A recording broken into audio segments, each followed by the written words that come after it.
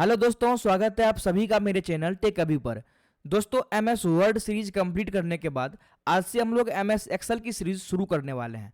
आज से MS Excel को बिल्कुल बेसिक से लेकर एडवांस तक सीखेंगे और आज यह एमएस एक्सेल का पहला क्लास है जिसके अंदर हम एमएस एक्सेल का इंट्रोडक्शन और कुछ बेसिक सेटिंग के बारे में जानने वाले हैं। आपको हर वीडियो पार्ट बाय पार्ट मिलता रहेगा। अगर आप एमएस एक्सेल को पूरा डिटेल में सीखना चाहते हैं तो आप इस चैनल को सब्सक्राइब जरूर करें ताकि आगे जो भी वीडियो अपलोड करें आपके पास सबसे पहले जाए। तो चलिए इस वीडियो को शुरू करते हैं बिना किसी देरी का।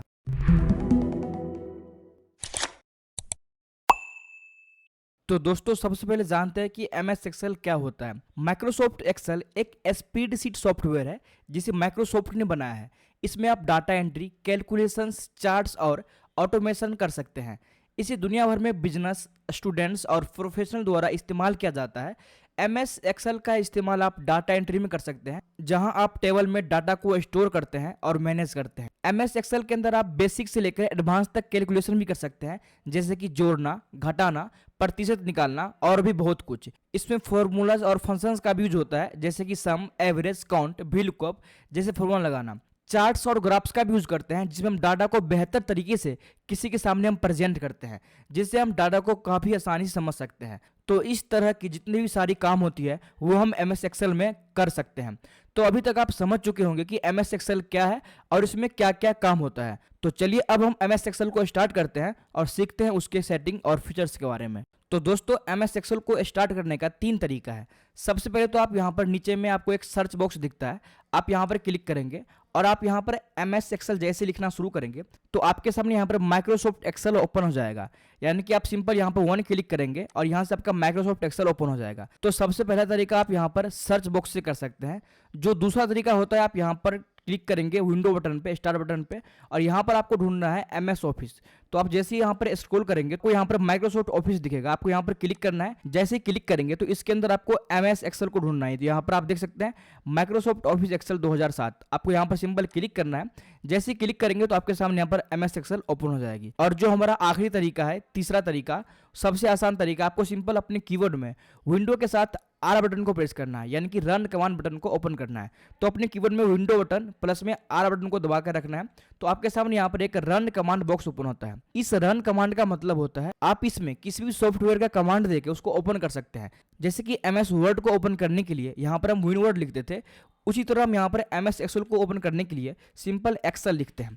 तो जैसे यहाँ पर हम एक्सेल लिखेंगे और यहाँ पर ओके पे क्लिक करेंगे तो हमारा एमएस एक्सेल ओपन हो जाएगा। ध्यान में रखने वाली बात यह है कि यहाँ पर आपको एक्सेल की स्पेलिंग सही लिखनी है और यहाँ पर आपको सिंपल एक्सेल लिखनी है, ना कि एमएस एक्सेल। और जैसे आप ओके पे क्लिक करेंगे तो आपके सामने यहाँ पर एमएस एक्सेल ओपन हो जाएगा। तो सबसे जो फास्ट तरीका होता है एमएस एक्सेल को ओपन करने का, वो विंडो के साथ आर बटन से होता है। तो यहाँ पर मेरा एमएस एक्सेल ओपन हो चुका है। अब यहाँ पर हम समझते हैं इसके इंटरफेस और कुछ सेटिंग के बारे में। तो दोस्तों, एमएस एक्सेल में जो सबसे पहला बटन है हमारा ऑफिस बटन है। यह office button same MS word की तरह ही है और सेम वर्क करती है। अगर आपने एमएस वर्ड की सीरीज देखी होगी तो आपको इसके बारे में जरूर पता होगा, लेकिन मैं फिर भी एक बार इसे मैं ऊपर से बता देता हूँ। यहाँ पर आप सबसे पहले न्यू है, न्यू पे क्लिक करके आप एक नया डॉक्यूमेंट को ओपन कर सकते हैं और ओपन के जरिए आप यहाँ पर पहले से सेव की फाइल को ओपन कर सकते हैं। फिर उसके बाद अगर आपको इस फाइल को सेव करना है तो आप इस सेव बटन पर क्लिक करके इसे सेव भी कर सकते हैं। उसके बाद अगर आप सेव एज करना चाहते हैं, यानी कि इसे अगर अलग फॉर्मेट में सेव करना चाहते हैं या फिर किसी अलग लोकेशन में सेव करना चाहते हैं तो आप यहाँ पर सेव एज का प्रयोग करेंगे। उसके बाद आप यहाँ पर प्रिंट से अपने डॉक्यूमेंट को प्रिंट कर सकते हैं। उसके बाद आप प्रिपेयर से अपने डॉक्यूमेंट को प्रिपेयर कर सकते हैं और सेंड की मदद से आप अपने डॉक्यूमेंट को ईमेल या फिर फैक्स के जरिए किसी को भेज भी सकते हैं। पब्लिश से आप अपने डॉक्यूमेंट को पब्लिश कर सकते हैं। अगर आप वेबसाइट पर कोई व्लॉग लिख रहे हैं तो आप इसे डायरेक्ट यहाँ से पब्लिश कर सकते हैं। उसके बाद है क्लोज, क्लोज से आप एमएस एक्सेल को क्लोज कर सकते हैं। तो आई होप यहाँ पर आपको यह सही बटन के बारे में पता लग चुका होगा। उसके बाद आपको ठीक इसके बगल में एक ऑप्शन मिलता है क्विक एक्सेस टूल बार। यहाँ से आप क्विक एक्सेस कर सकते हैं, यानी कि अगर आपको जल्दी में कोई काम करना है तो आप यहाँ से कर सकते हैं। जैसे कि मुझे सेव करना हो तो यहाँ पर हम क्लिक करेंगे तो अपनी फाइल को सेव कर सकते हैं। अगर आपको इसमें और भी मेन्यू ऐड करनी है तो आप आसानी से कर सकते हैं। सिंपल आपको यहाँ पर एक एरो दिखता है, आप इस एरो पे क्लिक करेंगे तो आपके सामने यहाँ पर कस्टमाइज क्विक एक्सेस टूलबार आ जाएगा। अब यहाँ पर आप जिसको भी ऐड करना चाहते हैं सिंपल वहाँ पर आप 1 क्लिक करेंगे और वो यहाँ पर ऐड हो जाएगा। जैसे कि यहाँ पर हम ओपन को ऐड करना चाहते हैं तो सिंपल यहाँ पर क्लिक करेंगे तो आप यहाँ पर देख सकते हैं ओपन का भी एक फाइल अलग से ऐड हो चुका है। अगर आपको वापस इसको हटाना है तो फिर से एक बार क्लिक करेंगे तो यह हट जाएगा। तो इसका मतलब यहाँ पर जिसमें भी यहाँ पर टिक मार्क लगा हुआ है वो सब यहाँ पर ऐड है, और जिसमें टिक मार्क नहीं लगा है वो सब यहाँ पर ऐड नहीं है। तो आप यहाँ से आसानी से क्लिक करके इसे ऐड भी कर सकते हैं। उसके बाद आपको यहाँ पर जो व्हाइट पट्टी दिख रही है जहाँ पर आपको बुक 1 माइक्रोसॉफ्ट एक्सेल लिखा आ रहा है, इसे हम टाइटल बार बोलते हैं। यानी कि इस डॉक्यूमेंट का टाइटल क्या है। जब आप किसी डॉक्यूमेंट को तैयार करेंगे तो आप उसका नाम तो जरूर देंगे। तो जब आप यहाँ पर इस सेव बटन से उसका नाम देते हैं तो जो भी नाम आप यहाँ पर सेव करेंगे वो आपको यहाँ पर दिख जाएगा। अभी हमने इस फाइल को सेव नहीं किया है, इसलिए यहाँ पर by default book 1 Microsoft Excel आ रहा है। तो जब आप इसे सेव करेंगे तो ऑटोमेटिक यहाँ पर नाम चेंज हो जाएगा। उसके सामने आपको यहाँ पर 3 बटन दिखता है। सबसे पहला है मिनिमाइज का। अगर आप MS एक्सेल को बंद नहीं करना चाहते हैं, सिंपल मिनिमाइज करके कोई और काम करना चाहते हैं, तो सिंपल आप यहाँ पर 1 क्लिक करेंगे और आपका MS एक्सेल यहाँ पर मिनिमाइज हो जाएगा। यह अभी बंद नहीं हुआ है, आप सिंपल फिर से यहाँ पर क्लिक करेंगे तो आपका MS एक्सेल पुनः ओपन हो जाएगा। ओके, उसके बाद यहाँ पर आपको जो दूसरा ऑप्शन है रीस्टोर का, आप सिंपल यहाँ पे क्लिक करते हैं तो आपका MS एक्सेल आपके डेस्कटॉप में रीस्टोर हो जाता है, यानी कि थोड़ा छोटा हो जाता है, और फिर आप यहाँ पर भी वर्क कर सकते हैं। और अगर आपको वापस बड़ा करना है तो आप सिंपल यहाँ पर क्लिक कीजिए फिर से, और यह फिर से अपने आप पोजीशन में आ जाएगा। ओके, उसके बाद जो इसमें तीसरा बटन है क्लोज का, यहाँ से आप डायरेक्ट MS एक्सेल को बंद कर सकते हैं। जैसे यहाँ पर क्लिक करेंगे तो हमारा MS एक्सेल यहाँ पर बंद हो जाएगा। ओके, जब आप रीस्टोर डाउन पे क्लिक करते हैं तो आपका MS एक्सेल यहाँ पर कुछ इस तरह से शो होता है। अब आप चाहे तो यहाँ पर बिल्कुल इजीली वर्क कर सकते हैं। अगर आपको इसको छोटा या बड़ा करना है तो वो भी यहाँ पर कर सकते हैं। सिंपल अगर आपको इसे छोटा बड़ा करना है तो अपने कर्सर को इसके कॉर्नर पे ले जाएंगे, और जब हमारा कर्सर कुछ एरो बन जाएगा कुछ इस प्रकार से, तो सिंपल इसको आप नीचे ड्रैग करेंगे तो यह छोटा हो जाएगा। फिर से हम अगर वापस ऊपर करते हैं तो यह बड़ा हो जाएगा। तो इस तरह से आप इसको छोटा बड़ा कर सकते हैं अपने अकॉर्डिंग। अगर आपको यहाँ पर कॉर्नर से करना है, आप यहाँ पर क्लिक करते हैं फिर करते हैं तो आप यहाँ पर देख सकते हैं सभी तरफ से यहाँ पर छोटा बड़ा हो रहा है। तो इस तरह से आप इसको छोटा कर सकते हैं। अगर आपको किसी एक साइड से करना है तो सिंपल यहाँ पे क्लिक कीजिए, आपका कर्सर यहाँ पर चेंज हो जाएगा, और यहाँ पर आप सिंपल ड्रैग कीजिए लेफ्ट की ओर तो यहाँ पर छोटा हो जाएगा। फिर से अगर आपको यहाँ पर बड़ा करना है तो फिर से क्लिक करके राइट की ओर ड्रैग करेंगे तो यहाँ पर फिर से बड़ा हो जाएगा। यानी कि अगर मुझे इस सीट को इधर लाना हो तो वो भी इसमें संभव है। सिंपल आप यहाँ पर क्लिक करेंगे ब्लैंक एरिया पे जो टाइटल बार होती है, और वहाँ पर अपने माउस कर्सर को प्रेस करना है और यहाँ पर ड्रैग करके इधर ले आना है। तो आप यहाँ पर देख सकते हैं कितनी आसानी से यहाँ पर ड्रैग भी हो रहा है। तो यहाँ से हम फिर से रिस्टोर कर लेते हैं और यहाँ पर हम समझते हैं अपने अगले ऑप्शन को। उसके बाद यहाँ पर व्हाइट पट्टी के नीचे जो आपको दिख रहा है ब्लू कलर का, इसे हम रिबन बोलते हैं। रिबन यानी कि रिबन के अंदर ही हमारा जो यह सभी ऑप्शन दिख रहा है वो आपको दिख रहा है। यानी कि रिबन के अंदर यहाँ पर मेरा जो टैब होता है, जैसे कि होम टैब हो गया, या फिर इसे हम होम मेन्यू भी बोलते हैं, या फिर इंसर्ट मेन्यू हो गया, पेज लेआउट हो गया, ये सभी जो ऑप्शन आपको दिख रहा है ये सभी रिबन के अंदर है। और रिबन के अंदर जो भी ऑप्शंस होते हैं उसे हम टैब बोलते हैं या फिर मेन्यू बोलते हैं। तो यहाँ पर जो सबसे पहला है होम टैब, हम बारी बारी से सभी टैब को सीखेंगे, इसलिए आप हमारे इस चैनल को सब्सक्राइब कर ले ताकि आगे जो भी वीडियो अपलोड करें वो आप मिस ना कर सको। ओके गाइज, तो यहाँ पर आपको एक ओवरव्यू हो चुका होगा कि इसे हम रिबन बोलते हैं और इसके अंदर जो भी मेन्यू है उसे हम टैब भी बोलते हैं। ओके, उसके नीचे में आपको एक ऑप्शन दिखता है फॉर्मूला का, FX का। आप यहाँ पर जब आप क्लिक करेंगे इसे थोड़ा आप एक्सपेंड कर सकते हैं, यानी कि थोड़ा सा बड़ा हो जाएगा। यह तब यूज आता है जब हम किसी बड़े फॉर्मूला को कैलकुलेट कर रहे होते हैं। तो यहाँ पर हम फिर से क्लिक करते हैं, यह छोटा हो जाएगा। उसके बाद आपको फॉर्मूला के बगल में एक ऑप्शन दिखता है जहाँ पर अब लिखा हुआ है A1। अगर हम अपनी कर्सर को यहाँ पर क्लिक कर दे तो यहाँ पर उसका नाम चेंज हो चुका है, यानी कि यह यहाँ पर इसको हम बोलते हैं नेम बॉक्स। नेम बॉक्स का मतलब होता है कि किसी भी सेल का नेम क्या होता है वो यहाँ पर डिसाइड करता है। तो इसे हम जनरली नेम बॉक्स बोलते हैं और यहाँ पर हम किसी सेल का नाम जानते हैं। अब यहाँ पर आपके मन में सवाल आया होगा कि आखिर ये सेल होता क्या है। तो सेल का मतलब होता है जब कोई रो और कॉलम एक दूसरे को इंटरसेक्ट करता है तो उसके कटान बिंदु से बने हुए बॉक्स को ही हम सेल बोलते हैं। तो आपको जितना भी ये बॉक्स दिख रहा है इस सभी को हम सेल बोलेंगे। तो इसलिए अब MS एक्सेल में इतना सारा सेल है तो इसको हम आइडेंटिफाई कैसे करेंगे, कैसे पहचानेंगे कि कौन सा सेल है, इसलिए यहाँ पर हम नेम बॉक्स का यूज करते हैं। अब यहाँ पर A2 डायरेक्ट रो और कॉलम से संबंधित है। अब यहाँ पर आप रो और कॉलम किसे कहेंगे, तो जहां पर आपको नंबर्स दिख रहे हैं 1 2 3 4 इसे हम रो बोलते हैं, और जहां पर आपको ABCD लिखा आ रहा है इसे हम कॉलम बोलते हैं। यानी कि इस सभी को हम रो बोलेंगे और यह आपको जो सामने की ओर दिख रहा है इसे हम कॉलम बोलेंगे।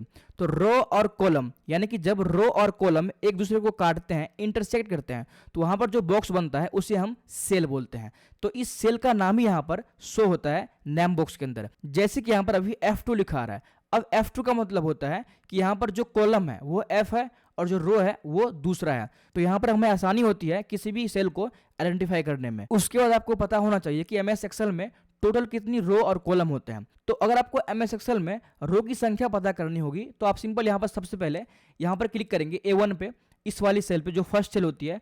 अब आपको यहाँ पर अपने कीबोर्ड में कंट्रोल के साथ डाउन एरो को प्रेस करना है, कंट्रोल प्लस में डाउन एरो। तो जैसे आप यहाँ पर कंट्रोल प्लस में डाउन एरो को प्रेस करेंगे, आप अपने MS एक्सेल के सबसे लास्ट रो में आ जाएंगे। तो अब यहाँ पर आप देख सकते हैं जो MS एक्सेल का सबसे लास्ट रो है और इसकी जो संख्या है 10,48,576। तो MS एक्सेल के अंदर जो टोटल रो होती है वो यहाँ पर 10,48,576 होती है। अब यहाँ पर फिर से कंट्रोल के साथ आपको यहाँ पर अप एरो को प्रेस करना है, तो डायरेक्ट आप यहाँ पर फर्स्ट रो पे चले जाएंगे। ठीक इसी तरह अगर मुझे टोटल कॉलम पता करनी है तो आपको यहाँ पर क्लिक करना है। जो आपको यहाँ पर सबसे पहले ए लिखा है, इसके बगल में आप एक देख सकते हैं, आपके यहाँ पर बुक 1 भी लिखा हो सकता है या फिर ब्लैंक भी हो सकता है। जब आप अपने माउस कर्सर को यहाँ पर प्रेस करके रखेंगे तो आपको सबसे ऊपर में दिख रहा होगा 10,48,576 रो, यहाँ पर आर लिखा है, उसके बाद 16,384 कॉलम यानी कि सी लिखा है। तो आप यहाँ पर रो और कॉलम इस तरह से ही पता कर सकते हैं। उसके बाद अगर आप कॉलम के सबसे लास्ट बॉक्स में जाना चाहते हैं तो आप कंट्रोल के साथ राइट एरो को प्रेस करेंगे। जैसे ही आप कंट्रोल के साथ राइट एरो को प्रेस करेंगे तो आप यहाँ पर सबसे लास्ट कॉलम में चले जाएंगे जहां पर XFD लिखा रहा है। अगर आपको फिर से वापस आना है तो कंट्रोल प्लस में लेफ्ट एरो को प्रेस करना है। तो इस तरह से आप यहाँ पर सबसे लास्ट में भी और एंड में भी जा सकते हैं। उसके बाद यहाँ पर जो बॉक्स आपको दिख रही है, ब्लैक कलर की पट्टी है, इसे हम बोलते हैं एक्टिव सेल, यानी कि अभी हम कुछ भी टाइप करेंगे तो वो यहाँ पर ही शो होगा। तो इसे हम एक्टिव सेल बोलते हैं। यानी कि अगर मुझे MS एक्सेल में किसी भी चीज़ को लिखना है तो सबसे पहले मुझे एक सेल को सिलेक्ट करनी पड़ेगी, उसके बाद वहाँ पर हम कुछ भी टाइप कर सकते हैं। उसके बाद यहाँ पर सबसे नीचे हम बात करेंगे सीट 1, सीट 2 और सीट 3 आ रहा है। MS एक्सेल में बाय डिफॉल्ट हमें 3 सीट देता है, यानी कि सीट 1, सीट 2 और सीट 3। अगर आप MS एक्सेल 2007 से ऊपर की वर्जन यूज कर रहे होंगे तो उसमें सिर्फ एक सीट देता है और फिर आप वहाँ पर मैन्युअली ऐड भी कर सकते हैं। यहाँ पर भी आप ऐड कर सकते हैं। सिंपल आप यहाँ पर क्लिक करेंगे तो आप देख सकते हैं सीट 4 आ चुका है। आपको ये बॉक्स दिख रही है यहाँ पर इंसर्ट वर्क सीट, आप यहाँ पर जैसे क्लिक करेंगे तो आपके सामने यहाँ पर ढेर सारी सीट यहाँ पर आते जाएगी। तो आप यहाँ पर कुछ इस तरह से और भी सीट को ऐड कर सकते हैं। उसके बाद अगर मुझे इस सीट को डिलीट करना है तो कैसे करेंगे, सिंपल आप सीट पे राइट क्लिक कीजिए तो आपके सामने यहाँ पर कुछ और ऑप्शंस आते हैं। तो आप यहाँ पर देख सकते हैं 2 नंबर पे डिलीट का ऑप्शन है। तो जैसे यहाँ पर क्लिक करेंगे तो वो सीट यहाँ से डिलीट हो जाएगी। तो अब यहाँ पर आप देख सकते हैं जो 6वां सीट था वो यहाँ पर हट चुका है। अगर मुझे इस सीट को रीनेम करना है, यानी कि इस सीट का नाम चेंज करना है, सीट 1 की जगह मुझे कुछ और देना है, तो सिंपल फिर से राइट क्लिक करेंगे और यहाँ पर रीनेम पे क्लिक करेंगे और यहाँ पर आप कुछ भी नाम दे सकते हैं। तो आप यहाँ पर देख सकते हैं सीट 1 की जगह अब यहाँ पर टेक अभी आ चुका है। उसके बाद यहाँ पर हम इस साइड की बात करें तो यहाँ पर आपको स्क्रॉल बार दिख जाता है। यहाँ पर सिंपल आप यहाँ पर क्लिक करेंगे। अगर आपके सामने बहुत सारी डाटा है जो यहाँ पर एक पेज में नहीं आ रही है तो आप यहाँ पर स्क्रॉल करके देख सकते हैं। ठीक इसी तरह यहाँ पर भी आप स्क्रॉल करके देख सकते हैं, एक हॉरिजॉन्टल होता है, एक वर्टिकल होता है। ओके, अब उसके नीचे में एक ऑप्शन मिल जाता है जैसे कि नॉर्मल का, और यहाँ पर पेज ग्रिड हो गया, पेज लेआउट हो गया, इस तरह के ऑप्शन आपको यहाँ पर मिल जाते हैं जिसको हम आने वाले वीडियो में कवर करने वाले हैं। उसके सामने यहाँ पर आपको जूम आउट का ऑप्शन दिख जाता है। अगर आप अपनी सीट की साइज को बढ़ाना चाहते हैं तो आप सिंपल प्लस पे क्लिक करेंगे तो आपकी जो सीट की साइज होगी वो यहाँ पर बढ़ जाएगी। अगर आपको फिर से छोटा करना है तो माइनस पे क्लिक करेंगे तो यह यहाँ पर छोटा हो जाएगा। तो इससे आप जूम आउट और जूम इन कर सकते हैं। इस सभी को हम बोलते हैं स्टेटस बार। यहाँ पर जो रेडी लिखा आ रहा है इसे हम स्टेटस बार बोलते हैं, जहाँ से हमें स्टेटस पता चलती है कि सीट की साइज कितनी है, यहाँ पर कौन सी ग्रिड ओपन हुई है। उसके बाद यहाँ पर अगर मुझे सेल में मूव करना है, जिसके यहाँ पर हम ABC लिख चुके हैं, अब मुझे नेक्स्ट सेल में जाना है तो आप यहाँ पर up down right left arrow की मदद से जा सकते हैं। अगर हम राइट एरो को प्रेस करेंगे तो यहाँ पर देख सकते हैं राइट की ओर जा रहा है। अब यहाँ पर फिर से हम कुछ भी लिख सकते हैं। फिर से हम यहाँ पर प्रेस करेंगे राइट एरो को तो यहाँ से हम आगे जाएंगे। अगर मुझे पीछे आना है तो फिर से हम लेफ्ट एरो को प्रेस करेंगे तो यहाँ पर देख सकते हैं हम फिर से पीछे आ चुके हैं। अब यहाँ पर मुझे फिर से अगर ऊपर जाना हो तो यहाँ पर हम अप एरो को प्रेस करेंगे तो हम ऊपर चले जाएंगे। अगर मुझे नीचे आना है तो यहाँ पर हम डाउन एरो को प्रेस करेंगे। इसके अलावा आप एंटर बटन से भी नीचे आ सकते हैं। जैसे हम एंटर बटन को प्रेस करेंगे तो हम नीचे आएंगे। अगर आपको ऊपर जाना है तो शिफ्ट के साथ एंटर बटन को प्रेस करना है तो आप फिर से ऊपर चले जाएंगे। अगर आप सिर्फ एंटर बटन को प्रेस करते हैं तो आप एक बार नीचे आएंगे। अगर आप शिफ्ट के साथ एंटर बटन को प्रेस करते हैं तो आप यहाँ पर ऊपर जाएंगे। ठीक इसी तरह अगर आपको राइट साइड में जानी है तो यहाँ पर आपको टैब बटन को प्रेस करना है तो आप देख सकते हैं हम राइट की ओर जा रहे हैं। अगर आपको लेफ्ट की ओर आना है तो आपको फिर से शिफ्ट के साथ टैब को प्रेस करना है तो आप यहाँ पर फिर से देख सकते हैं वापस हम लेफ्ट आ रहे हैं। तो इस तरह से आप शिफ्ट प्लस टैब और नॉर्मल टैब से भी आगे पीछे जा सकते हैं। उसके बाद यहाँ पर एक्सेल बहुत ही समझदार सॉफ्टवेयर होता है, यानी कि इसे हम बस थोड़ा सा हिंट देते हैं और बाकी का काम ये ऑटोमेटिक कर देता है। जैसे कि यहाँ पर हम JAN लिखे और फिर से हम एंटर को प्रेस करके FEB लिखे। अब यहाँ पर MS एक्सेल समझ चुका है कि हमें यहाँ पर मंथ के नाम चाहिए। तो सिंपल आपको फिर से अपने माउस कर्सर को ऊपर ले जाना है और यहाँ से इस दोनों को ड्रैग करके इसे सेलेक्ट कर लेना है। सिंपल आप क्लिक करेंगे, माउस को ड्रैग करेंगे तो ये बॉक्स यहाँ पर दोनों एक साथ सेलेक्ट हो जाएगा। आप यहाँ पर देख सकते हैं 5 और 6 यहाँ पर सेलेक्ट हो चुका है। अब यहाँ पर आपको सबसे नीचे में एक यहाँ पर सबसे छोटा बिंदी दिखता है। आप यहाँ पर जब आप क्लिक करेंगे तो आपका कर्सर प्लस हो जाएगा, यानी कि प्लस का सिंबल का हो जाएगा। फिर आप यहाँ पर क्लिक करके नीचे ड्रैग करेंगे ऐसे।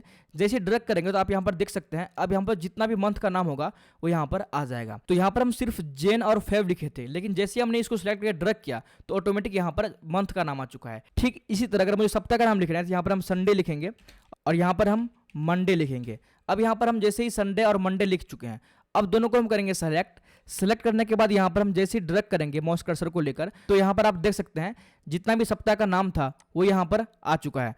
कई बार जब आप किसी डाटा को लिखते हैं तो वो डाटा बहुत ही बड़ा होता है, लेकिन सेल की साइज बहुत ही छोटी होती है। इस स्थिति में आप यहाँ पर जैसे कि यहाँ पर वेडनेसडे है तो आपको यहाँ पर कर्सर ले जाना है और यहाँ से इसको ड्रैग करके से खिसका देना है, तो ये ऑटोमेटिक यहाँ पर बढ़ जाएगा। अगर आपको यहाँ पर डबल क्लिक भी करते हैं तो ऑटोमेटिक ये साइज ले लेता है और यहाँ पर बड़ा हो जाता है। तो कुछ इस तरह से हमारा एक्सेल वर्क करता है। अगर मुझे यहाँ पर किसी गिनती को भी लिखना है तो सिंपल यहाँ पर 1 लिखेंगे और यहाँ पर एंटर करके 2 लिखेंगे और जैसे यहाँ पे इस दोनों को सिलेक्ट करेंगे और फिर हम इस दोनों को एक साथ सिलेक्ट करने के बाद यहाँ पे क्लिक करके अपने माउस कर्सर को प्लस का साइन बनाकर नीचे ड्रैग करेंगे तो आप यहाँ पर देख सकते हैं जो गिनती है वो यहाँ पर आ चुकी है। बिल्कुल 1 से लेकर 10 तक प्रॉपर गिनती आ चुकी है। इसी तरह यहाँ पर हम टेबल को भी लिख सकते हैं, जिसके यहाँ पर हम 2 लिखे और एंटर करके यहाँ पर हम 4 लिखते हैं। तो अब यहाँ पर एक्सेल समझ चुका है कि इसे हर बार 2 की गैप चाहिए। तो जैसे इसको हम सिलेक्ट करेंगे और यहाँ पर हम ड्रैग करेंगे नीचे की ओर तो अब यहाँ पर प्रॉपर 2 का जो टेबल होता है वो यहाँ पर आ जाएगा। तो अभी तक आप यहाँ पर समझ चुके होंगे कि एक्सेल में हम कैसे काम करते हैं और आगे भी हम बहुत कुछ सीखने वाले हैं। तो वीडियो की लेंथ को ध्यान में रखते हुए हम इस पार्ट को यही खत्म करते हैं।